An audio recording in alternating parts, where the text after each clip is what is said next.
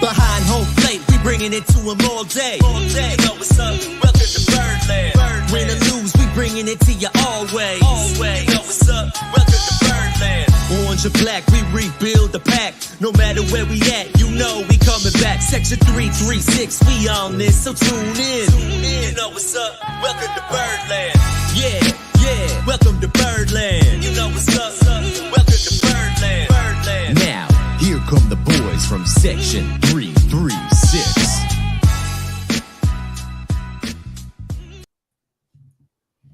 Ladies and gentlemen, boys and girls, Baltimore sports fans of all ages, welcome to Section 336, Next Generation Baltimore Sports Talk. I am your endearing center host, Matt Soroka, and as always, I'm joined by the button lover, Josh Soroka. Josh, baseball is back. Yeah, and you got to see a real game today. Yeah, and you got to see some real games yourself. I did. I went and saw this weekend. You got opening day. I mean, the Orioles have played 4 games, and Section 336 has attended all 4. That's right. So I think we got you covered. Josh is 0 for 3. I'm 1-0. I'm a big 0 for 3. Yeah. And I got a lot of off the baseball field stuff about visiting Tropicana that I got to share with you as well. Oh, yeah. Let's just say, as you, I loved today. I also was completely jealous of you, as I was all over my social media was pictures of people at opening day. I know the Orioles said it was a sellout. I think there might be stretching the truth. The Rays definitely stretched the truth. But because I know the Orioles were still on tickets as of Saturday. Yeah, I mean, and you're right. The Rays thing weird because they announced a sellout, but they also announced 24,000 stand flat. Well, here's what the Rays did. Yeah. The Rays closed the upper deck. Right. And they've closed for playoffs. And as you walk around the outfield, and I was like, this is weird, this platform. And then I realized, they built this big platform for people to walk out here to cover more seats. The Trop is trying to get rid of seats so they can have more sellouts. Yeah. They got rid of a lot of seats, plus they've got the upper deck completely closed. Yeah. Yeah. And I guess my feeling walking in and just being there, tons of people. I know Dad and I were talking on our way in, like how kind of wild it is. The Orioles off to an 0-3 start. The Orioles have been a terrible franchise for the last several years.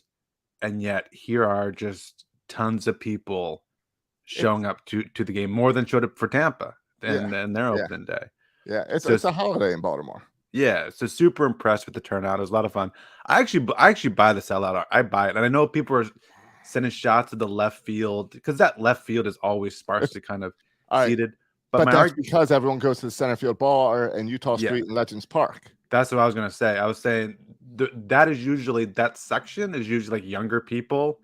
And so I think a lot of them go to center field bar. I also, like, if you looked at, and I was walking around the outside and you can look over and see Pickles. Pickles was 5th inning, 4th inning, 5th inning. Pickles was bumping. Like, it was still tons of people there. I bet some of those people had tickets. I'm glad that moving it to a Monday didn't hurt. It screwed up my plans. Yeah. Because I was supposed to fly home for opening day. Right. And the change without enough notice screwed my plans up. Right. But I think it was opening day. It was the very first game, Friday afternoon, sitting in the game, and I feel it. And I realized that I'm going to miss the home opener and that stings. Yeah. So I hopped on the phone and said, well, let me see if I can get a plane ticket. I said, I'll fly in Monday morning. I'll fly out Monday night. I just got to be at opening day. You know how much plane tickets were right now? As a guy who spent a lot of time recently looking at plane tickets to go traveling, I don't know, $300, $500. Oh, really? Each way. That's insane. Yeah, it's ridiculous. Yeah, that's insane. So but no, I get that it was last minute, but still, that's ridiculous. Yeah, but even like going with my seller argument, even like we were walking around the 3rd inning, we were on Utah Street, and we were going to the team store and stuff, and there were still like hundreds of people pouring in through the gates in those Utah Street entrances. So just because someone took a picture of the left field, left field, one corner, at 310, I don't think it's indication. Like, I believe, and I know those are tickets bought, but and some of them are Pickles and some of them are center field bar, but I believe it was a sellout. Like, I have no doubt to sell out.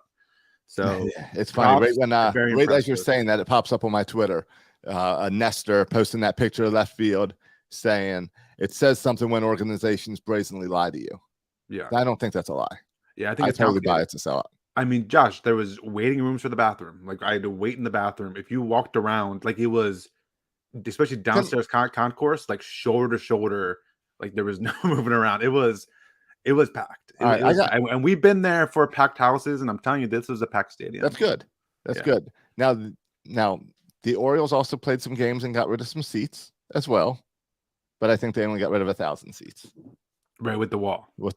And I want to talk about that. I want to talk about some other things with the opening day experience. I saw at Camden that we now have hosts, like all the other stadiums do. Tampa's got them. Tampa's got the cheerleaders plus the hosts, so they take it even further. But I want to compare our opening day experiences a little bit before I get into all this. What time did you get to the ballpark? Oh, let's see. I left my house at 1:00. Okay. I probably got to the ballpark. We parked probably like 1:40, maybe 1:30, 1:40, and we got inside the ballpark. I don't know, before 2. Let's say 1:50. Okay. So 20 minutes. That sounds good. I left my house at 10:30, 11 a.m., something like that. I got to the ballpark the game started at 3:10. I got to the ballpark at 1:30. But I sat in a line of cars for over an hour to get into the parking lot. Yeah. Not because so many people wanted to go to this game, because the Tampa Bay Rays do not know how to direct traffic. Well, they're not used to having traffic to direct. They don't. It's a mess. Yeah. They had 3 cops check my parking permit before I got to the part where the parking permit attendant checks your ticket. No, that's weird. At every turn. So you take thousands of cars and you check them 4 times instead of 1 time, it's going to slow things down. It then took me another 20 minutes to get through the turnstiles into the ballpark. Because, oh, really? Yeah, because how many gates do you think we have at Camden Yards? Gates? What? Yeah. 1, 2, 3, 4, 5, 6. I don't know, like 8 to 10. Yeah, I think they have 4. Yeah. Here. And then, you got to do the metal detectors, go through whatever. So I did not get into my seat until the 3rd inning for opening day. That's wild. It's crazy. Thankfully, I still got to see little John Means. Yeah. I have my own John Means day. Yeah, and John Means was great as usual. Yeah, that's why. And I've been to the game there too, Josh. The difference is when I went, there was no one there except for some old people. I'll tell you. So there was no issues like that. But yeah. Saturday and Sunday, no issues. Yeah. Sunday, we parked blocks away and took scooters in, which made it. That's the smart thing to do, by the way. They got those scooters that you can rent and ride everywhere. Right. So Sunday, we just parked a mile away and rode scooters. Yeah. That's the best way to go in. Was it like the Orioles where, the first game was a sellout and then the next 2 games were sparsely attended? Yeah, smaller and smaller. Yeah. Yeah. Yeah, typical. Yeah. So I will tell you this. On Sunday, when I went in, I must have been the first Oriole fan to go into the stadium. And I wasn't early, but the cameraman found me. So I'm shocked. I thought you guys were all going to hit me up saying I was on Masson. But I'm guessing none of you guys watched the game on Sunday, because there's no way I wasn't on Masson. The cameraman finds me before I get into the stadium, follows me and zooms in on my hands scanning my tickets. Oh, really? Then he disappears, and I say to Kelly, that was weird. And clearly Dad's not watching the podcast because he's now trying to call me. I said, that was weird. And we go to our seats. As soon as we sit down, the same exact cameraman pops up. He followed me to my seats. Yeah, I wonder if anyone saw you. To see where he must have looked at his footage to see where my seats were. Here now this is where it gets great. He comes up and videotapes me. We wave to the camera, and why did I get so much Orioles footage? He said, I don't know. So that's why I wasn't sure if it was a Masson guy. So then he waves when I wave and do the kind whatever, and then he says, "No, you got to say go Orioles." So I yell, "Okay." So I'm like, "Okay, go Orioles." And then he goes, "No, you got to give a fist and go." So I'm like, Oh, directing you. I said, I didn't know I was Director. acting. I thought I was being normal. Let me try again. So I just go Oreo, go O's. And he's like, all right, thanks. So I did my best acting to pretend to be an Oriole fan for TV. So I was hoping it was going to be on Masson somewhere because it was weird. Oh no. I So went just- back. I did kid duty on Sunday. So I was coming in and out of the game. All right. Well, if someone saw me, But I did not see you on Masson. I had an Orioles orange pullover, and I was the guy with the fist and go O's. Hit Josh up if you saw him on Masson. Yeah. But just know, whenever you see that Masson go to break and everything, it's all staged. They tell you what to do. At least this guy did. Yeah, so, but that's cool. Yeah, and the other, we can talk about the experience. I don't have thoughts on hosts and stuff. I didn't know other teams did that. I didn't know that was. I know that's a cool thing to do in minor leagues. Remember, for years we made fun of the Nats because they had was it Tyrone or something? Yeah, they had Jerome or Tyrone, something like that. They had as their host, and he would like try to build up excitement in between innings. Yeah. So we made fun of them, but then I noticed, the Rays do it, and then I saw this morning that the Orioles now have some hosts. So is that for like between interviews and trivia and stuff? Is that what they're doing? Yeah, I mean, and they were doing it heavy on the I feel like almost every inning break they were going to them, which as someone who really hates all kinds of change, I was not a fan. Just give me the roller cam, just give me the bubble shuffle, the bubble cam, just give me all those things, and I don't need a host. Is the Kiss Cam retired? They don't do the Kiss Cam anymore, right? I mean, they still do it at stadiums. I don't recall last time they did it at Camden Yards. I didn't see it in Tampa. Yeah, I think they still do it at places. Most old people I've ever seen at a ball game. Yeah, in Tampa. Oh yeah, that was my experience around Tampa too. A lot of retirees over there. But there was a moment in the opening day, and we'll talk about the game here momentarily. Yeah, we'll get there. Where all the curmudgeons. We got the entire season. Oh, I got curmudgeons too. We got the entire season to talk about games. So let's talk about game day experiences. Yeah, all the curmudgeons were upset. You would have been upset too, Josh.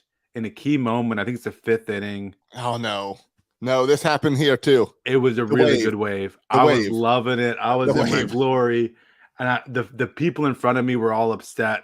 And so I was talking real loud saying, being real sarcastic. Oh, I hate it when fans come to opening day and have fun and stand up. It's the worst, isn't it, guys? Isn't the worst when people come to a baseball game and have fun? They just sit on their hands and be miserable watching the game. So I was laying in thick on them. But yeah, there was a good, strong wave going through. It felt good to have a packed stadium and the wave rolling through. The wave happened in Tampa too, and it happened at a critical time in the game. And I was so irritated because it wasn't even a critical time for I can understand if it was a critical time for the Orioles. It was a critical time for Tampa, and they're doing the wave because they're not there to see Tampa. They're there because it's opening day. And that's why I'm there too. I'm there for a good time, and so I fully participated in the wave. I get you. And loved I get it. Not for me. Yeah. Here's what I had 2 curmudgeons, and they entertained me because the first 2 games I sat kind of behind home plate on the dugout side, lower level, where like the Oriole travel and fans sit. Sure, yeah. So that way I was with other Oriole fans on both Friday it was okay. Saturday there were 2 guys who were just pissed at the Orioles. If Santander struck out, the one guy was yelling at him, "What are you doing?" These are Oriole fans? Oriole fans. Yeah, I get it, yeah. One guy, arms crossed, angry face the entire game. He was pissed that these Orioles were playing bad. Yeah, they struck out a lot too. So it's a lot to be mad at. Oh, yeah. The Orioles played really bad at the plate. And 0 for 7 on opening day on a 2-1 game is ridiculous because the pitching was good on Friday. Yeah, the running scoring position whole thing was an issue. We'll see if it's probably been an issue all year, but it was an issue again today. But but this guy was angry, and I felt like going up to him and saying, "Hey, man, what did you expect?" Like, I went to this game knowing the Orioles are a worse team. I think the Orioles are going to be fun to watch this summer. I know the Orioles are bad right now. It didn't surprise me that we got swept by the Rays. It wasn't. I would rather we win, but I'm not going to get angry about the Orioles losing 3 games. Yeah, I tend to agree with you, Josh. I mean, I did get a little upset when I listened to Game 2, the post-game show with Steve Molesky WBAL, or was it 105.7? I don't know. Yeah. Or whatever radio station, the post game show was on with Steve Molesky, and he was talking about moral victories and how they're keeping it close to the Rays, and it's a sign of Moral growth. victories. A sign of What's a growth. moral victory? I don't know, but because we're keeping it close, how it's a sign of growth in this organization that we're heading in the right direction, which I thought was a bunch of malarkey. And I'm glad the O's set him straight on Sunday to say, okay, Well, you think there's moral victories here? I was Sunday happy. happened, and there's your moral victory. I was happy with the pitching on Friday and Saturday. I will say that. Fine. That it was. I don't call it a moral victory, but I had enough. I've seen enough good stuff of the pitching on Friday and Saturday that I came back on Sunday because I was like, let me see what Tyler Wells can do. I didn't know that he craps the bed. And Yeah, that the bullpen would then crap the bed. I did see Dean Kramer hurt himself. Yeah. What I happened? was watching because I was in How right did field. he strained his oblique or something, right? What I was happened in right there? field and I watched him warm up. And he took a few pitches and was really good. And I was like, it's like, all right, this is cool. I'll get to see Kramer. I thought they were going to use him on Tuesday. And then he threw one pitch and then he got off the mound, Yeah. walked over to a guy, and then walked straight to the dugout. And I told Kelly, I said, oh, that can't be good. I said, he's not coming in the game. Yeah. And that Sunday was a disaster on a lot of levels, but specifically for Hyde, who was planning this whole piggyback thing. Tyler Right. Wells, you throw a bunch of innings, and then we'll piggyback to Kramer, throw a bunch of innings, and then if there's anything left, maybe our bullpen can do an inning. Right. But it turned into an entire bullpen game because Tyler Wells struggled, Right. and then Kramer didn't pitch at all, and so all of a sudden turned into a bullpen game. All of a sudden, and that's the day before opening day, so you want to rest your bullpen, so you have everyone to go for opening day. And then all of a sudden you have to, Right. Bring two guys up. DFA DJ Stewart, or I'm sorry, send DJ Stewart down, which we can talk about later. You mean your pinch strikeouter? And then call up Spencer Watkins just for an emergency if you need him in opening day. Yeah. So it was really Sunday was bad on so many levels. It was as bad as it gets really for the Orioles. It was frustrating. I kind of wish I didn't go on Sunday. It was ugly. But today was a lot better. Today was a lot better. Today was fun to watch. First time we had the lead all season. We're able to hold it on. Bruce Zimmerman. Yeah, with Bruce, local native. That's just a cool story. Yeah. But not only that, he pitched well. He pitched well. I thought he could have gone deeper into the game, but they'd be super careful at the pitchers early on. Exactly. That's the other thing I saw Oriole fans pissed about on Friday, that John Means got pulled early. Who pitched Saturday? Lyles. Even Lyles got pulled earlier than he could have been. But everyone, you got to understand the short and spring training, they're going to baby these arms. No, So I totally get understandable for all that. Yeah, I get it. And this is a game. If it was a month from now, he could throw 5, maybe 6 innings. But because it is, he only threw 4. But then our bullpen. I mean, what can you say? Our bullpen today was lights out. There was, one of the most exciting plays happened, I believe, in the first inning when we had a couple runners on. Trey Mancini hit what I thought was a home run in the center field and made a great catch. I was like, oh man, here we go again. I mean, it was going to be off the fence, but yes, it was a great shot. Yeah, it was going to be off the center field fence. Yeah. But then you're like, oh man, here we go again. Because you go back and look at the first 2 games. I know we always say this, but Friday, Saturday, like, oh man, there's opportunities to win both those games. Yeah. Just there were long fly balls. Yep. Some balls hit hard. Austin Hayes had a deep drive. I mean, I'm sorry, Matt Castle almost hit a home run. Yeah. Yep. And then so you're like, oh man, if we just it just could have kind of gone a couple of different ways. And then you got the feeling, oh, here we go again today. But then Cedric Mullins, who's been struggling, had that big hit. And Jorge Mateo, let me tell you, Josh, that cat is fast. That running home. Not even he doesn't even make it close. It was just incredible. Like you just blink and he's on third base, and then he's home and just sliding, kind of lightning speed. So how about that's a fun player to watch run the bases. How about Rogador pretending to steal home and almost getting caught? Yeah, that was weird. I don't know what's happening. That was a weird play. Odor. Maybe I think Odor's issue is he's not used to being on base, so he doesn't really know what to do when he gets there, because he gets on base so rarely. But no, the story today is the pitching, right? And the bullpen shutting Milwaukee down, and Michael Bowman, a bunch of arms. Yeah, Michael Baumann. Baumann looks great. I'll tell you what. Was it Saturday with Felix Bautista? He looked awesome. He was a lot of fun to watch. Yeah, who knew our bullpen might turn out to be a strength of this team, with this kind of a bunch of random dudes thrown in there, right? And guys like Michael Baumann who who are starting pitching prospects thrown in with kind of guys who'd had long journeys to the majors like Felix Bautista, And along with Perez. waiver wire guys like Crable and Perez. And so it's gonna be interesting to see how that. And today I was a little surprised. I don't know who I was expecting to close, but they went with Jorge Lopez. Josh, how do you feel as Jorge Lopez as our starter? I mean, as our closer right now? I mean, he's just another guy in our bullpen. I wouldn't classify him as a closer. He pitched on Friday as well, and it seemed like he went with the same guys that pitched on Friday with Perez and Lopez, and used them again today. Yeah, which I think is saying when you open up with guys and then when you use guys in opening day, I think that's saying here are the guys I have most confidence in. So I was impressed that Michael Baumann pitched not just 1 but 2 effective innings. The control concerns me a little bit. He seems to doesn't know where the fastball's going occasionally. But I mean, 98, hitting 97, 98 consistently on the stadium radar gun was cool to see. Yep. No, I'm surprisingly happy with our pitching outside of Sunday. Yeah, I found the offense is what's frustrated me this weekend. Yeah, the running scoring position and the strikeouts. Yeah, the strikeouts were crazy because I get that the Rays are supposed to have the best pitching staff in baseball. It's still no excuse for that number of strikeouts. Yeah, and you look at a lot of them. Some of them, like DJ Stewart, when he struck out in the pitch hitting opportunity, like the ball was right down the middle. He just struck out. But a lot of them are like Trey Mancini chasing up balls that are 3 feet from the strike zone. Like a lot of them aren't even close. And you're like, what are we doing here? Like it's one thing to strike out. It's nothing to strike out at a ball that's not even close to the plate. No, it looks like some of those guys are not comfortable in the box. Yeah. And maybe that's, limited spring training, limited at bats, all this stuff, maybe. But yeah, the hitting has been an issue.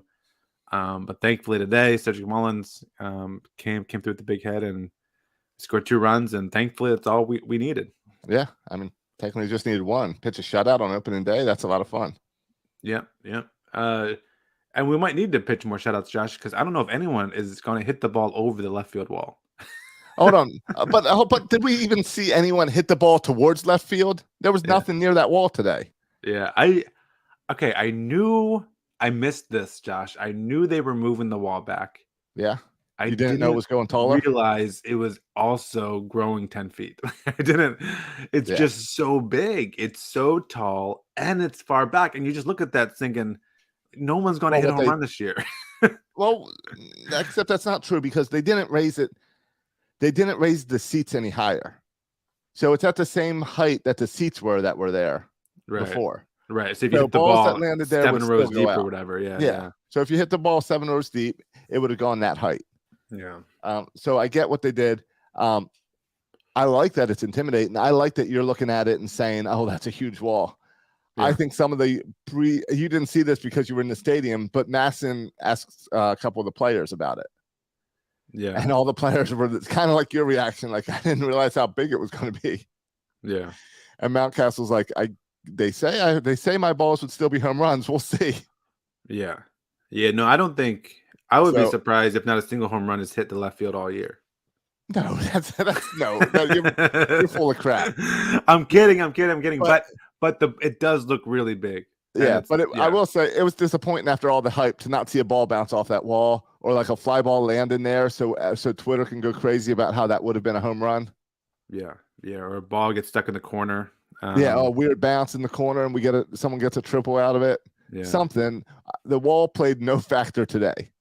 Yeah. No, the wall played no factor, but it was kind of jarring to sit there and look at it. I mean, I bet the view is really nice if you get that first row in that left field, but yeah, it was a little bit jarring to see it moved back and the wall higher. It's just it's different, and I'm really curious to see this year what effect that has on like how many home runs would have been home runs that are now not home runs. I mean. Yeah, we've talked about the wall. We've talked about the wall before, and we're all for whatever it takes to make this ball club good. And I like the uniqueness of it. I'm curious to start to see some balls go in that area. It's just funny at the amount of balls that were hit into left field over the weekend. It's funny that none were hit there today. Yeah, it seemed pretty quiet in left field. Yeah, I mean, I joked that. It doesn't matter how tall the fence is or how far back you move it, Keegan Aiken will still give up home runs there. But Keegan Aiken actually is really good in his one appearance, and say he's never felt as comfortable as he did in that relief appearance. So maybe that's a good sign for Keegan Aiken to go along with our stellar bullpen. He pitched well in his one appearance, but yeah, overall, Josh, this is not. I'm not surprised we're 1-3. I would have liked to got. I mean, specifically the John Means start. I thought that was a winnable game. It was, and we could have been 2-2 here. But this is the game we play, right? And good teams win games, and bad teams don't win those games. And here's where we are at 1-3. I'm glad we got the win today. I'm glad you guys got to see the win. It's always a great way to start and add the atmosphere at opening day. Also, it kind of sucked to look at the scoreboard this morning and see that the Orioles were the only team with a 0 in front of the win column. No longer true, though, yeah. And now we got that one win. So there's no 0-21 this year. We're going to be okay. Yep, we are going to be okay. And I think Bruce Zimmerman will give us a chance to win. John Means will give us a chance to win.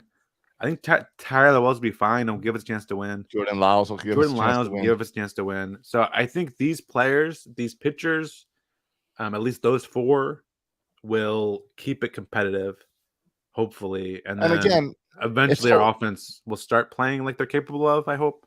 Oh, and they're all just holding down the fort. Because when you get Grayson Rodriguez and DL Hall into this rotation, things get interesting.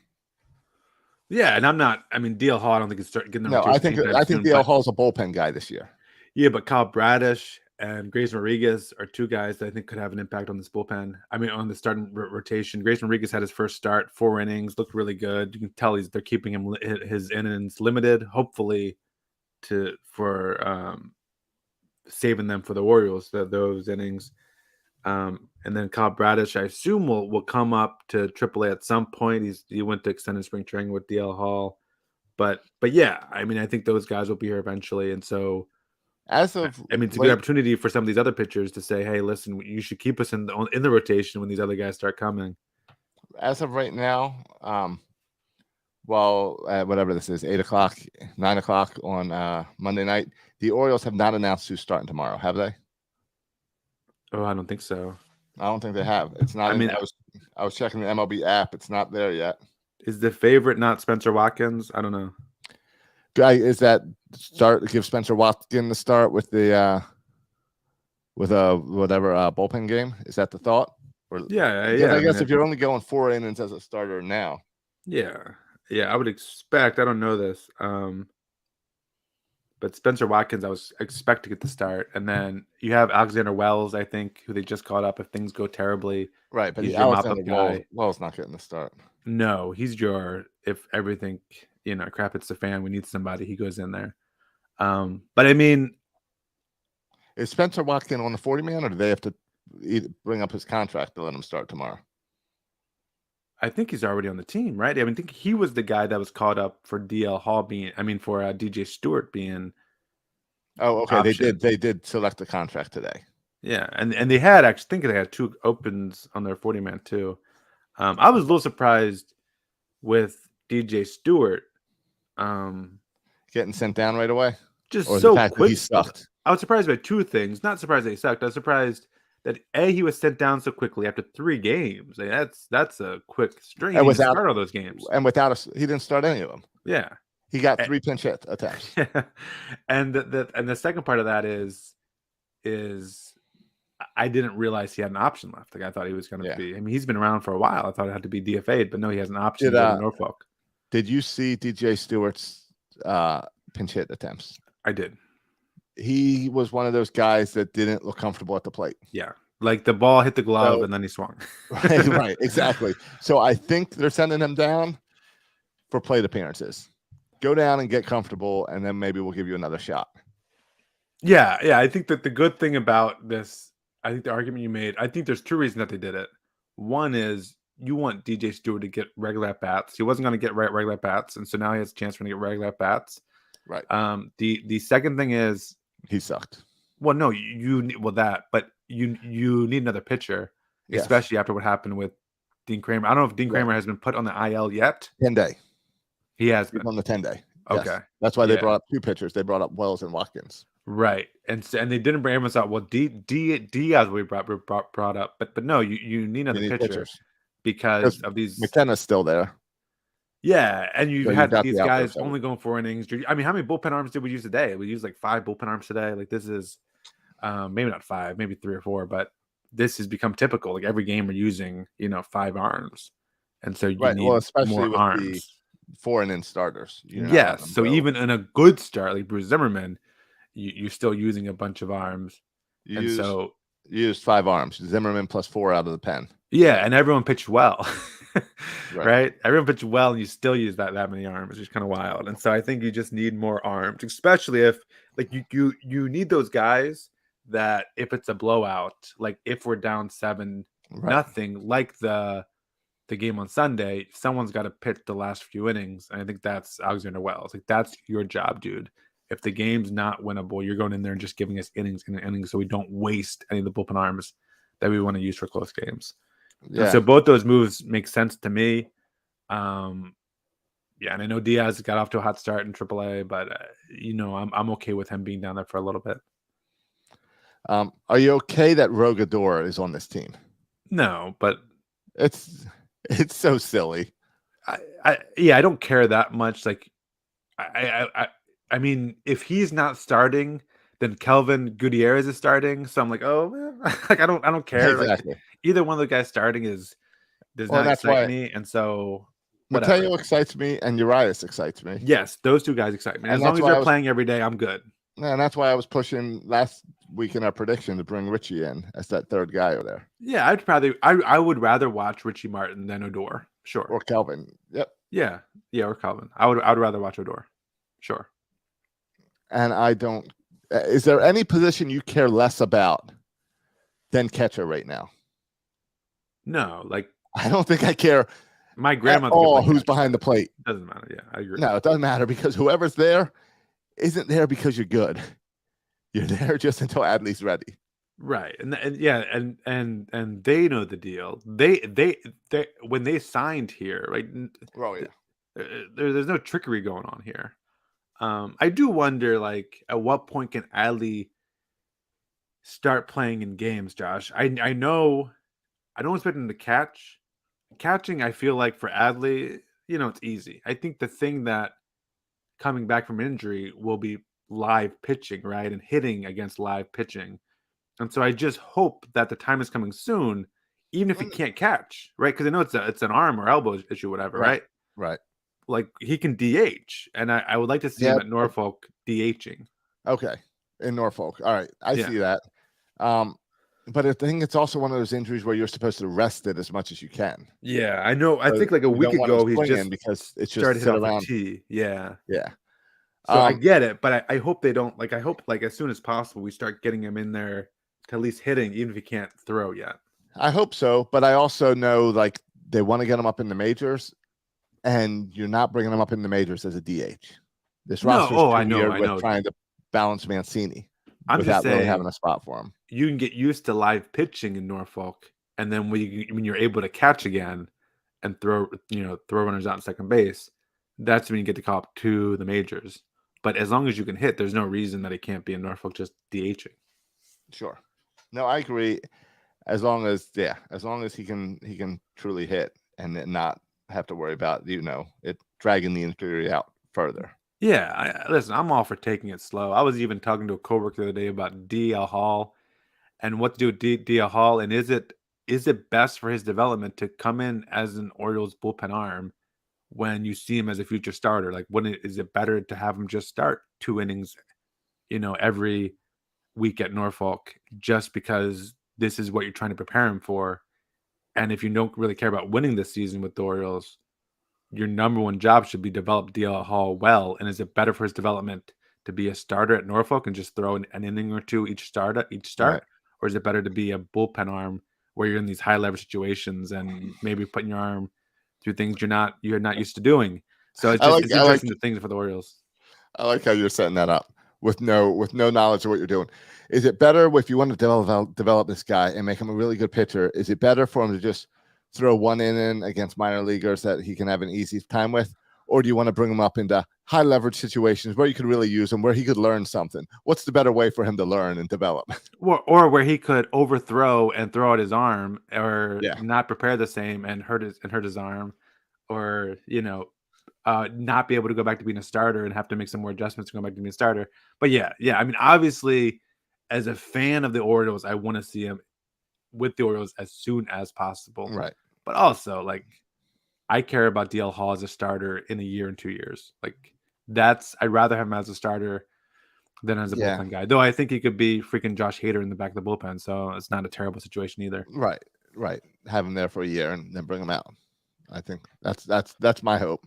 And I think that was my prediction, that we would see him first out of the pen. Yeah. We shall see. Yeah. We shall see. Yeah. Other notes, Josh, just of the kind of going on since we last talked. Matt Harvey has been officially signed by the Orioles. I don't know why. When I saw that, I was so angry at myself that I didn't write that on my predictions. That's the most obvious thing, that they would give him that minor league deal. Yeah, I mean, that's not a bold prediction though. It's not a. They were working on it for a while now, but it's something. Again, it's an in and eater, and I know a lot of people were angry at Matt Harvey last year, and I think it's because everyone thinks Matt Harvey's going to be the Dark Knight. I think he was one of our top 3 starters last year. So I think he was one of our top pitchers. He ate them. He was an in and eater, and he pitched decent. Yeah. I thought he was great. I'm glad to see him back. I understand the minor league deal. Great. Especially now where, guys, we don't have a 5th starter.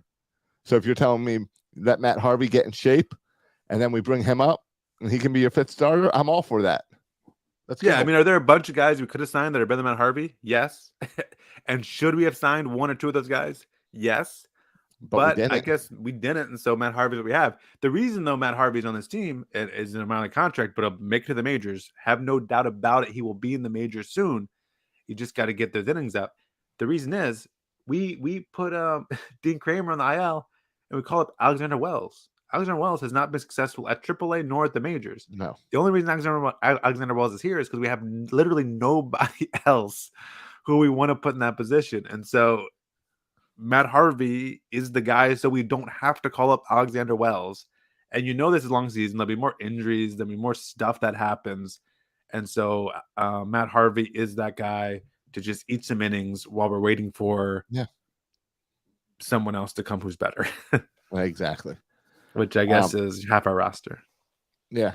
I guess the other news this week since our last podcast is the PitchCom, that they rolled this out to kind of stop cheating and all the computer system where the catcher can type on his arm what he wants to hear, and the pitcher, shortstop, and center fielder and second base can all hear in their ear what pitch is coming.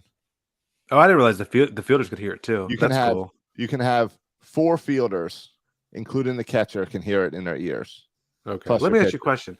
I saw shifting happen. Is shifting still a thing? It's still a thing. Shifting is still a thing. I thought shifting was banned too, and I was like, "What are you doing, Rays?" I know that, and I was like, "I know the Rays shift more than anyone, but they're still shifting, so the shift must go away next year." Oh, is that the deal? But the PitchCom thing, I like the idea. I like the concept. I don't understand why it has to be something in your ear and not just like a watch that you look at or something. It seems like having an earplug in would like cause issues while playing. But I like that.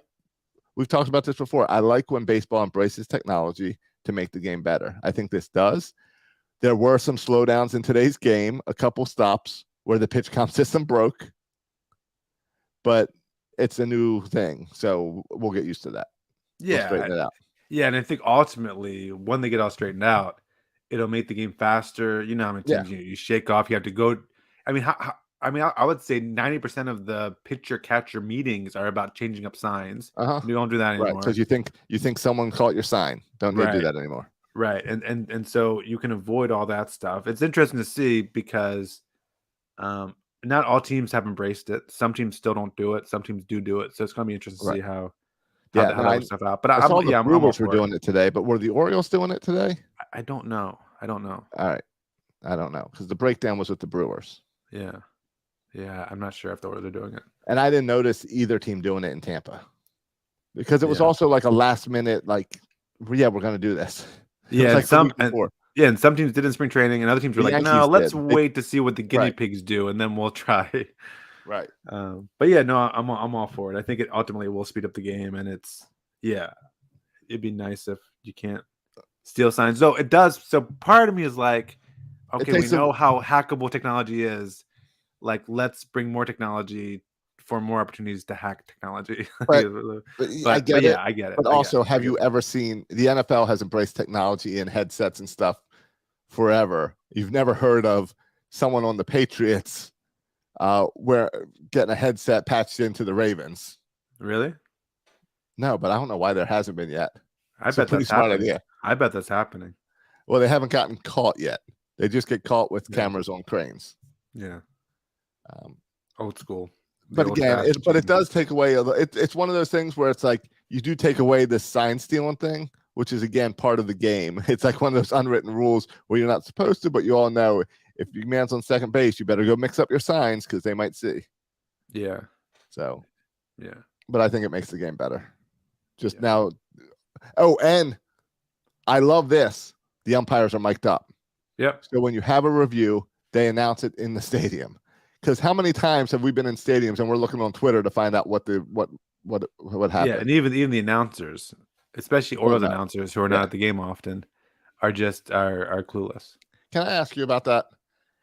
How noticeable was it that the Oriole announcers were not at the game? Is there a delay in the call?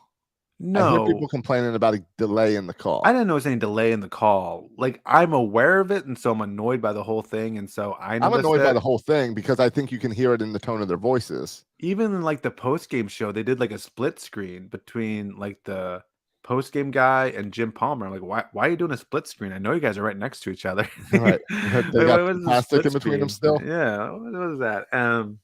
But no, it's last year I noticed just an energy one thing. of the things that's an annoyance about being an Orioles fan. Okay.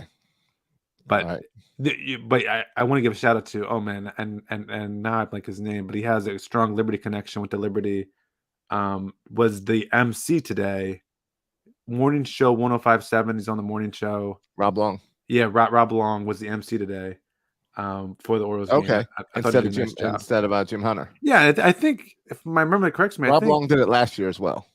Yeah, I mean last year did we have opening day last year? Yeah. With we fans? Yes. We were there? Yes. We wore masks. For opening day? Yes. But limited stand, limited. Yes, limited crowd. But it wasn't the first game of the season. It was the first game of the season?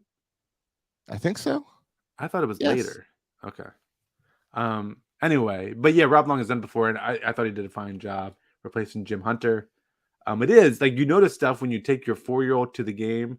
You notice like how long some of the stuff is. Like, do we really need to recognize the assistant to the clubhouse manager? Like, do we need to recognize him and have him run on the field too? I was glad I missed that part in Tampa. Like, some of the stuff is like, do we need to mention everyone who's ever worked for the Orioles at any point in their history? Like, it's a little bit much. And Silas was like, when are they gonna play baseball? I was like, son, it's coming soon. I promise. Just gotta wait for it. But they're heavy into the history this year. They're doing a lot of, it feels 30 year. They had the same singers from I think Morgan State University who did the national anthem. They sang the national anthem today. Kind of the same group from 30 years ago, and they talked a lot about kind of the history of Camden Yards. All right, so last year was weird. Last year we had 6 games on the road before we came home. Okay. So game 7 was the home opener. Okay, yeah, that is weird. All right. But yes, we were there. All right, fine. I believe you. But yeah, it was a really fun opening day. It was just, I mean, the difference between having a crowd and there being 5,000 people at the stadium. I was so jealous watching it. It's a whole different experience. It's just a different experience. It's a different game time experience. It is. And so it was a lot of fun, and shout out to everybody else who was there. I know there was, a ton of people there. I see Jimmy's in the comments. We missed a group photo. I know they did a group photo with all the kind of the Twitter peeps. Whatever. I wouldn't have taken. It's not my cup of tea, but but I'm cool with it. I think that's cool. I saw the group photo. I think that's a really cool group photo. Also, someone had a signed Bash and Buster, which I'm all about. I think that's cool too. And so I think that's fun. I think it's cool that Twitter space that actually becomes a human space that really never happens other than sports. I feel like maybe it does happen in other ways, but like just the Twitter space where I only know you from Twitter, but let's all hang out in person. I think that's cool that that's a thing that happens. No, and that's cool. That's a cool part of opening day. Yes, is you see people, even if it's your usher, you see people that you don't see except for there. Yeah. And opening day is one of those things where, you know, most people are there. Most people are there because it's the event. It's place to be. They may not be a game 2 or game 3 or game 4 or whatever. I'm sure they go to some games and it's all kind of spread out. But opening day is the one day where we're all kind of here. No, I'll take the day off. I took a half day at work and let's make a day of it. Yeah. I think today was the first home opener I've missed in 15, maybe 20 years. Yeah, and I've not been as dedicated as you to the home opener, but yeah, it's an event. It's an experience. I'll be back next year for it. Will you? Yeah, I'll be there. I probably won't. You'll be there. We'll figure it out. You and I will be back. I don't know. We just need to push this Patreon. Yeah. We need some more Patreon people to help us with some travel funds. Yeah. Because like I said, the price of gas, $500. Ridiculous. It was ridiculous. Any other big takeaways from the first weekend? Oh man, no, I hate to draw. I know people are making comments. It's a small sample size about Cedric Mullins and stuff. I'm not gonna go there. It's way too small of a sample size draw. I'm not concluding things about Tyler Wells. I'm not concluding things about our offense. I'm not concluding things about anything. I think Jorge Mateo is fast. I think Ramon Arias, I like his glove and his offensive bat. I'm a fan of his. Jorge Mateo had a nice play at shortstop today. I like him. I think these are two intriguing infielder positions. Santander has been off to a hot start. Again, I don't know what to make of that. I have mixed feelings about Santander. Yeah. It's too early to make really conclusions. No, if you're the type of fan that's complaining about Cedric Mullins, I hope you're also complaining about Trey Mancini, because Trey Mancini is also to the same type of just dead start at the plate. Yeah, and if this would happen to Cedric Mullins in July, after he got off to a good start, like no one would blink an eye at him having a bad 3 games in July, right? It just, these things at the beginning of the season get magnified. And by the way, he had the big hit today that was, Roper to center that drove in 2 runs. So He was the key guy today. Even despite his struggles, he still kind of got it done. Yeah. And so no, I think our bullpen, other takeaways, our bullpen, I think is going to be pretty good. Actually, I think our bullpen is going to be one of the strengths of this team. My positive takeaways are a couple of the bullpen arms are really impressive. Yeah, I think of Bauman, and I think of Batista and Lopez as some guys that really impressed me this week. I think, and then on the field, I think Mateo as a guy who no one ever talks about. I get he showed off his speed today on the base paths, but he's also getting on base, and that's been impressive as well. I like that they can put him anywhere in the field, and he's fine in that infield. Yeah, and he made a nice play, and that's what I like about Urias and him. They can play almost kind of every position on the field, which is pretty cool. And then Perez too. Talking about the bullpen, Ciano Perez had another scoreless inning, and all he does, I think you're keeping track, including spring training, he's had 8 straight scoreless innings for Perez, and so that's another bullpen arm that I think no one knew his name, and people probably don't know his name even still. But Perez has had a really good start to his bullpen tenure in Baltimore as well, and so that's been encouraging to see, because when you trade away 2 bullpen arms in Scott and Sulser right before the season started, everyone's not saying, "Oh crap!" Like, we're gonna blow a lot of late games, and we'll see if that and that might still be true. Like, I'm not saying Jorge Lopez is the answer at the back end of your bullpen or at closer, or Felix Bautista is. The sample size is too small, but as of right now, the bullpen seems to be okay without Scott and Sulser. Yeah, so that's good to see. Yeah, I'll say watching the game on TV today, first game I've caught on TV. I'm not sure how. I still don't understand Masson and who's broadcasting where and what. But today they had Kevin Brown, Jim Palmer, and Ben McDonald all on the TV broadcast. Yeah, I don't know if they ever all had all three of them on before like that. Cool. I guess it was probably an open day thing, but the three of them together is excellent. If we could have every game with the three of them together, it's great. Yeah, I really enjoyed it today. Yeah, I mean, Kevin Brown's really good. I don't know if other announcers could pull off having personalities like Ben McDonald and Jim Palmer both in the booth. So, and I think Ben does a good job balancing out Jim. Yeah, because I think he gets that like recognition immediately from Jim Palmer of being a player also, and a pretty good Oriole pitcher. So it's like it's not talking down to this announcer, this small, short announcer. Yeah, and I mean, I think last year what happened a lot is people noticed that Jim Palmer often spoke down to Scott Garceau. Yes. And he seems to do that less with Kevin Brown for whatever reason. But yeah, I think the radio host was Scott Garceau and Jeff Arnold today. They announced it kind of pregame that was going to be the radio host today, Scott Garceau and Jeff Arnold. So an interesting pair on the radio. I didn't listen to that pairing, but I like it. I like both those guys. I do too. Both former 336 guests. Yep, and I know people hate on Scott Garceau, and that's fine. He makes some mistakes. That's fine. He's a Baltimore legend. He can do it. I don't care. Yeah, exactly. He's a legend. Yeah, he's there, and I like. And I think Jeff Arnold's always been good to us, so I always have a soft spot for Jeff Arnold. But I've been very happy with everything he's like him calling last year. I was perfectly fine with. Yeah, Jeff Arnold's just kind of a normal, down to earth, cool dude. So yeah, yep. You feel good for him as well.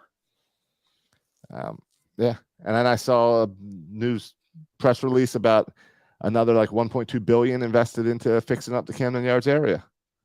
Oh yeah, I skimmed that press release. It was right before the game. I saw it. Yeah, so it's the biggest public-private promise money thing since Yankee Stadium in 2009. So that's a big thing for the whole Camden Yards. When you've got 2 weeks ago, we didn't talk about it on here, but 2 weeks ago when we had Steve Bisciotti talking about how he loves Camden Yards, he'll never want to move Ravens Stadium. He just wants to fix that area up more. Now you got the city speaking out about wanting to invest more, and you've got the Angelos family about wanting to invest more. That area is going to become even cooler. As it's still way better. I told you about the horrible experience in Tampa and how much of a dump Tropicana is. Yeah. We are so lucky to have Camden Yards and what is it, M&T Bank Stadium now? Yeah. Yep. Side by side, that it's exciting to see them continue to grow that area. Yeah. Yep. And I mean, the Redskins, the Washington football team, the Commanders football stadium has been kind of a mess for years. Well, did you see the Commanders asked the state of Maryland for some money for a new stadium? No. And they said no. They said go ask Virginia, maybe they'll give you some money. Yeah, like the stadium thing is something that a lot of, I mean, we talk about NFL teams searching for a quarterback for years. I mean, a lot of teams search for the right stadium setup for years and decades. And yeah, the Orioles are really blessed to have both a good football stadium and a good baseball stadium, and really an area that was not nice that they took on and renovated and is now a nice area to be in. Yeah. And can grow, like there's still land there that they can grow and make that even bigger and expand it. And they said in that press release, they said that I think it was the past 10 years that those stadiums have brought in $10 billion to the community and the businesses around there. Yeah, I know. I believe it. Having those, so it's really cool for the city of Baltimore. Yeah, and like I said, I mean, even despite everyone knows, even like just average Joe fans know the Orioles are bad, but still to have, even if it's not 45,000, even if it's 40,000 or 39,000, people show up for opening day, shows you kind of that this is still a baseball town, and we're just desperate for a winner. And people, you want to start that fight? Is this a baseball town or a football town? You want to start that fight? Well, no, I think it can be both. I don't know why you can be. I mean, don't they play in different seasons, or am I missing something? Do you have a show on 105.7? You got an hour to fill? Trying to bring up a topic. Josh, what do you want to talk about next? I got your topic next. What do you want to call the corner? Is that your next topic for call-ins? No, Josh. Because if it was 105.7, it would not be what do you want to call the corner. It would be what do you want to call the Ravens' next cornerback? Because I was turning in Were they on not- opening day at Tampa, Josh. Your game on what was it, Friday? yeah. I turned in 15 minutes before the game. I turned to 105.7 The Fan Because and they you were forgot. talking about cornerbacks for the Ravens. Today, Josh, Yeah. today they were 105 was live at Pickles Pub. And when I turned on the game, this is driving home from work at lunch around 12 o'clock. They were talking about, I forget, Raven draft picks and the possibility of Ravens trading a pick while they're live you know from why. Pickles. You know why? What is happening? They're talking We're- about the Orioles for Pete's sake. But we're a football town. Yeah. What was that? No, it was Vinny Serrato, who's Well, just a Ravens guy. So yeah, and I think it's also some of the issues with why you see national press hate on the Orioles.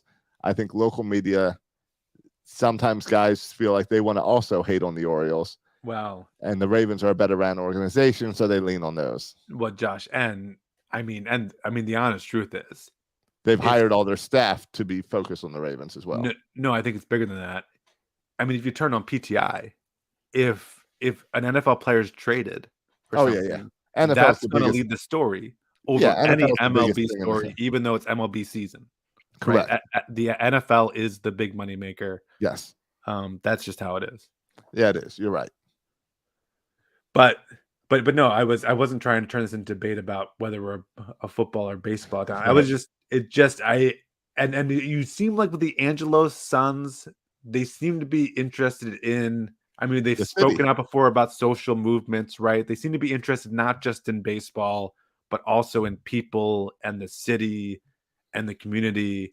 And they seem to be really kind of taking that role seriously. And this is just another sign that they kind of take that other stuff seriously too. And it's not just about owning a baseball team. It's about a responsibility to the community and to the city of Baltimore. So that's encouraging to see. Right. So Nestor's not going to want to hear that, but that's encouraging to see. No. When's the next game you're going to? Oh, I think I don't know. I got to look it up here. I think I marked them on my phone. Because if it's April not 30th, I know I'm going, but I might be going to one before. No, that would be it. Unless you're going this weekend, because this week the Orioles finish out with the Brewers, 2 more games against the Brewers, 3 games against the Yankees, and then they've got a 7-game West Coast road trip. Then they come back to New York for 3, and they're not back in Baltimore until the 29th. Oh yes. So my next game, I'm going the 30th, and then May 2nd. Yeah. Oh, back to back. Well, a day in there between. Yeah. Saturday and a Monday. All right. Any chance you got the same type of crowd on the 30th that you had today? Oh, sure. I think if I tell you what, I think so. If the Orioles don't lose another game between now and May 30th and bring Adley April Rutschman 30th and bring Rutschman up, then I think I forget. I already forget. When did we have Rutschman coming up? I don't know. I have to a Friday against the Royals. When did they play the Royals? I remember because I wanted a Bobby Witt Jr. versus Adley Rutschman. That would be May 7th. That would be the following. Yeah. Let's see. Here's our predictions. You predict Adley for May 6th. Yeah. I don't have Adley coming up until June 16th. Okay. I have DL Hall coming up on May 1st to make that Sunday game. Right. And you have him on May 20th. I have Grayson Rodriguez on June 4th, only because I one-upped you and you went with the Friday night, June 3rd. Those are our predictions that we're standing by. Yeah. Also, just to update a previous comment you made on the show about how Tampa Bay has such good pitching, and that's why we. I know they got blown. They got blown out today. I just looked at it. It's 13-2 right now. All right, it was 9-0 in the fifth. The Athletics have scored 13 runs. Yeah, and they're still going in the 9th. So, well, yeah, one of those was a grand slam. They got a grand slam today. I saw that. Yeah. Our dad threw out the question, Josh. What are your thoughts on this? Just kind of real quick as you wrap up. Who has more wins by the end of the year, the Nats or the Orioles? What do you think about that question? I am honestly not familiar enough with the Nats situations this year. Oh, really? I did watch I did watch part of Friday night's game because I was curious about the Apple TV broadcast. You see Buck come out? I saw Buck come out. That was the game where they threw at. Come on, we love Buck. Yeah. We love Buck. We love that he's a player's coach. So of course he's going to go out there when your player gets hit in the face. Yeah, I think they're actually in a similar situation where we have the Rays and the Yankees and the Red Sox Yeah. and the Blue Jays. I mean, the Nats have the Braves who just won the World Series, Nats, the Phillies. Mets who have the biggest payroll, Yep. Miami who always who I feel like is a young kind of growing team, and the Phillies who've spent a lot of money, and so I feel like they're similar to us. Yep. But no, I think the Nats will still have more wins. I think the Orioles have more wins than the Nats. I got really demoralized at the Orioles that they're going 0-3 and being the only team to go 0-3. Yeah. But I have to remind myself that whatever I predicted, those 70 wins or 60, 72 wins, I think I predicted, that most of those are going to be coming after June. That I'm waiting for Adley and Grayson and DL Hall and maybe even Gunnar Henderson later this year. And company. Oh yeah, yo, Josh, don't be sad with only 0-1 teams. So look, there's 1, 2, 3, 4, 5, 6, 7, 8, 9, 10, 11 other teams that are with 1 win.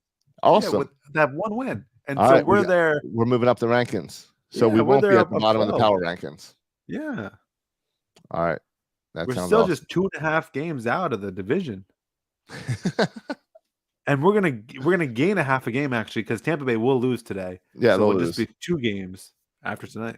All right, that works for me. Don't give up hope yet. All right, let's go O's. That's right. We're gonna sweep Milwaukee and then we'll be back in this thing. I thought Milwaukee had a good team. Remember, I told you June is when things get interesting. Right. No, I mean Milwaukee has a good team. They were good last year. I don't think they did anything this offseason. Like they did almost nothing this offseason. And they're off to what? They're 1-3 now, so they're off to kind of a rough start. But yeah, they're supposed to have good starting pitching. They did bring McCutchen. It was fun to see McCutchen. Oh yeah, start off the game. I didn't. Yeah, that was fun. I think an interesting storyline for them is Yelich had a down year last year, so I think everyone's expecting him to have a bounce back this year, and a lot of their hopes and dreams are on if Yelich can come back and have a bounce back year. Yeah, I'd say if you're free on Wednesday, if anyone's free on Wednesday, I'd go get tickets, go on down there and see John Means. Yeah, because he looked excellent on opening day in Tampa. So go see him, support him in Baltimore. That'd be a fun night to go out. Yeah. And hey, listen, if we can somehow get a win tomorrow, then have John Means thrown on Wednesday. Now we're cooking. Oh, now we're cooking. Yeah, you call that a winning streak. Yeah. Though I would not, if I was a betting man, I'd not put my money on tomorrow. I would save that money for a John Means game. No, I would not on tomorrow. Yeah. But I'd be Maybe tempted bet the to over. put the money on Wednesday. I haven't looked at my bookie lately for the Orioles. I was burned too much in football season. Yeah, I'm out of my bookie too. I thought I was thinking about it. It might be an interesting experiment. I haven't done it recently, but what if you just bet Orioles John Means games?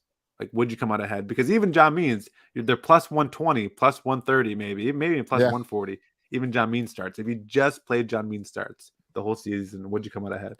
And maybe I need to throw in John Means and Bruce Zimmerman starts now too. I don't know.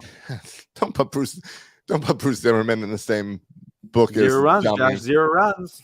I know. I get it. It's impressive. And he was good last year for a little bit before he got hurt. I know. Training. All right, fine. Let's see what he does. Give me a week from now. If Zimmerman still has no runs, then maybe we can talk.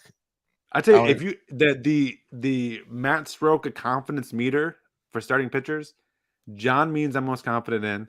Bruce Zimmerman is who I have the second most confidence in our starting rotation, according to the Matt Soroka confidence meter. That doesn't say much. Well, no. Like if Grayson Rodriguez was here, Tom Braddock is here.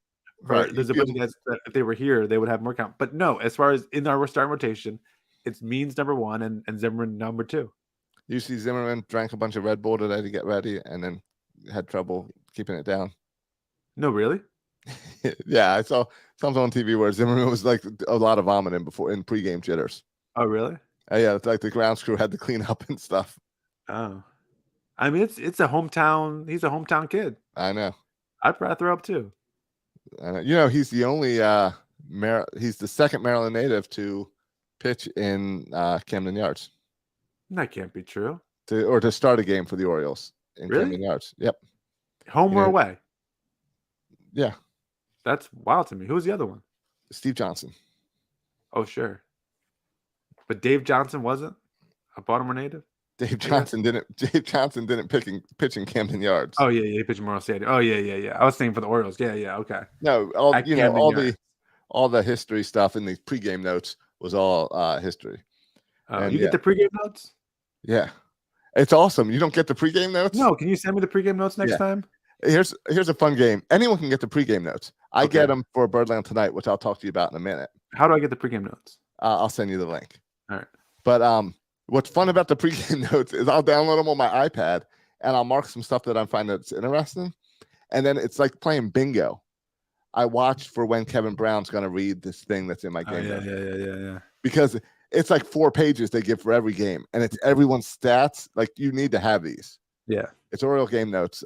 If you guys want them, send me a message and I'll send you the link. All right. But yeah, it's definitely something that you should have. It helps me out a lot. Like, for instance, I haven't recorded a Birdland Tonight today. Day games make it tough on my schedule. And I'm still pushing out Birdland Tonight, but it may just be me a lot.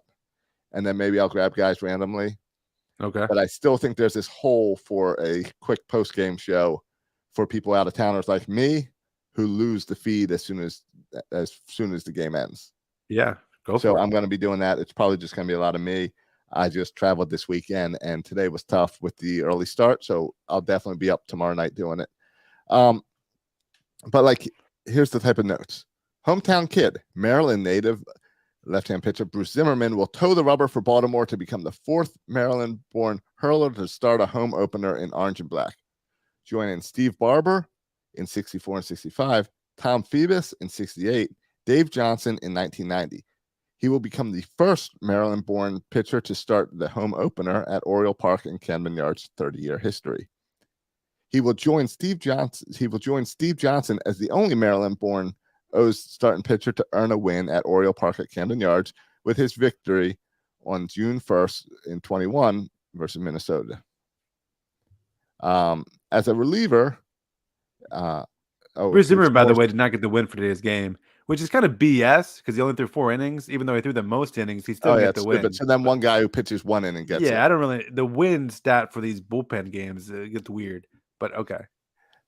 Bruce Zimmerman's 3 career wins at Oriole Park is tied for the second most by a Maryland native at the ballpark, behind Steve Johnson with 5 wins at Camden Yards. Yeah, I was at Steve Johnson's first game. Mm-hmm. But doesn't that, you can see as I'm reading this that it's like the exact same stuff that Kevin Brown will say randomly in the game. Yeah. Like right-hand pitcher Felix Bautista made his major league debut in yesterday's game at 26 years, 295 days old, becoming the first player to make his major league debut for the Baltimore this season. Bautista had his contract selected from the 40-man roster on November 19th, 2021, and appeared on his first career opening day roster this season. Yeah. So I'll send you these game notes. They're a lot of fun. Game notes. But you'll see, I mark them up, I highlight out what I find interesting. Yeah. And I steal. And it's an awesome thing that nobody knows about that the Orioles do. And they put those game notes out for all of media, whether it's Kevin Brown in the broadcast, Scott Garceau and Jeff Arnold on the radio, or a lowly me doing a Birdland podcast. Radio. Yeah. They still open it up to me for Birdland Tonight. Yeah, that's cool then. So, all right. Cool. Ready to get out of here? Yeah, let's go. Yeah, can't wait. I'm so glad baseball season's here. Yeah, you watch 4 games. It's been unbelievable. Yeah, and the thing you forget, the thing that just I love so much about baseball is the everyday, right? Like it's every day.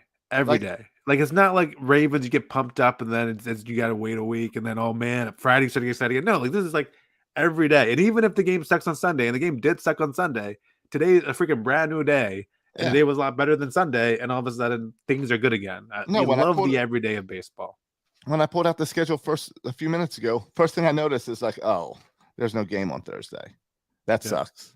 Yeah. Because what makes baseball great is that every day. It's always in the background. It's always there. Yeah. Even if you had a bad loss or a bad 3 losses to start the season, the next day you can get back at it and forget about it. And there's new storylines and new things to watch for. And Love the everyday.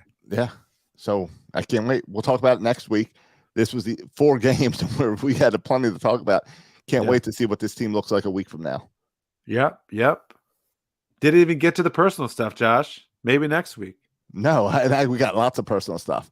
Yep. Hit me. You know what? I may. All right. Here, do you go with some personal stuff? Go subscribe to Birdland Tonight, because I'm either going to do a show tonight that'll come out as podcast form only, or I'm going to do Birdland Tonight tomorrow live after the game, and I'll tell you about my hotel in Tampa Bay. Oh yeah, we never got to hotel talk. You could also get a sneak peek on my Twitter, as I got some response on Twitter from Days In. Oh my! So, but we'll save that for another episode. Let me just ask you real quick, Josh. Was it worse? Was it worse than the hotel? Worse than we stayed at in New Orleans for the Super Bowl. Where we had to jerry rig a door, a chair to the door just to feel safe at night, and had to hit the TV to make it turn on. Yeah. It was comparable, and it was. There was a murder at my hotel while you were staying there. I'll give you the Cliff Notes real fast. All right, real fast, and you can tell me. Okay. I know we've gone over an hour, but we got real quick. I'll just rattle stuff off. Dirty towels underneath of the bed, like from previous guests. Right, that's gross. That's enough to say okay. Telephone and lamps that were on the tables, but there's no plugs or outlets in the wall to plug them in. They were just fake decorations. Okay.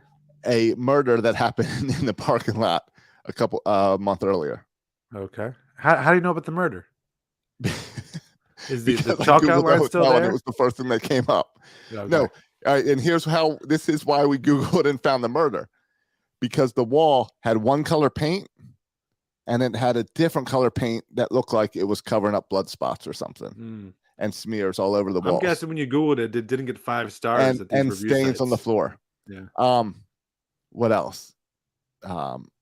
This is a Days Inn. This is a Days Inn. It's not some random motel owned by some dude.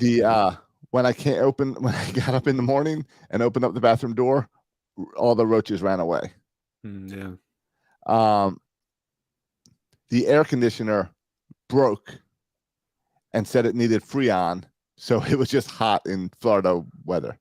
And here's sounds like a disaster. Here's the picture I posted on Twitter because I think it exemplifies everything about this hotel. Yeah, I saw the picture. The TV remote was barely held together with Band-Aids. Literally Band-Aids.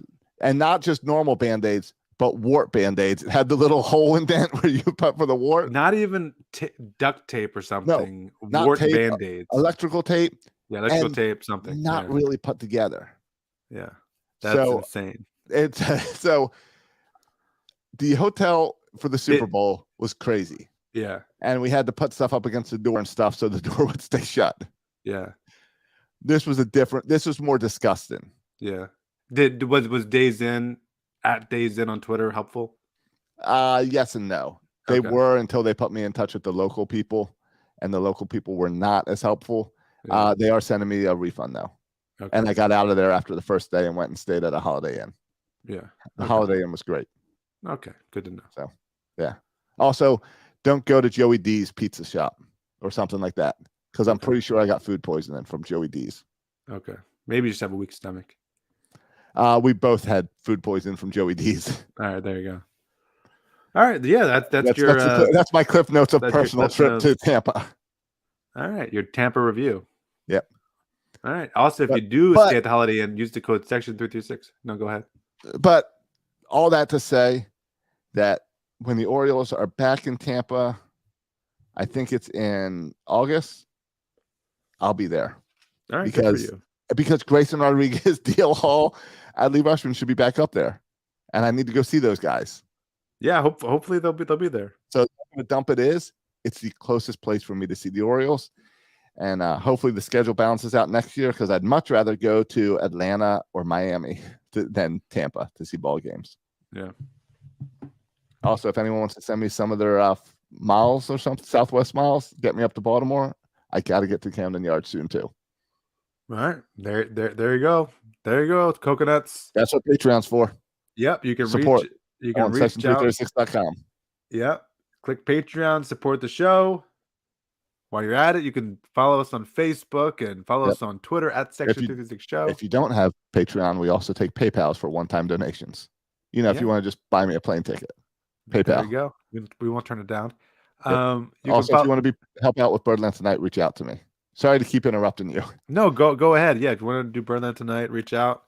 Josh, I'll do one show a week or something with you. I know you will. I got you down.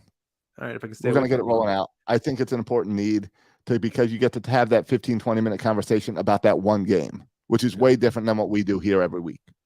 Yeah, because honestly, in the 4 games, there's a lot to talk. I mentioned the Trey Mancini hit that was robbed with there was a bunch of those there's 20 of those little small moments that we could have talked about and broke down, but correct. It's not the nature of the show. This is a once a week show. Yep. Yeah. All right. Wrap it up. I will not interrupt you. All right, you can follow all our takes on Twitter. You can follow me at Section336. You can follow Josh on Twitter at Josh Roca.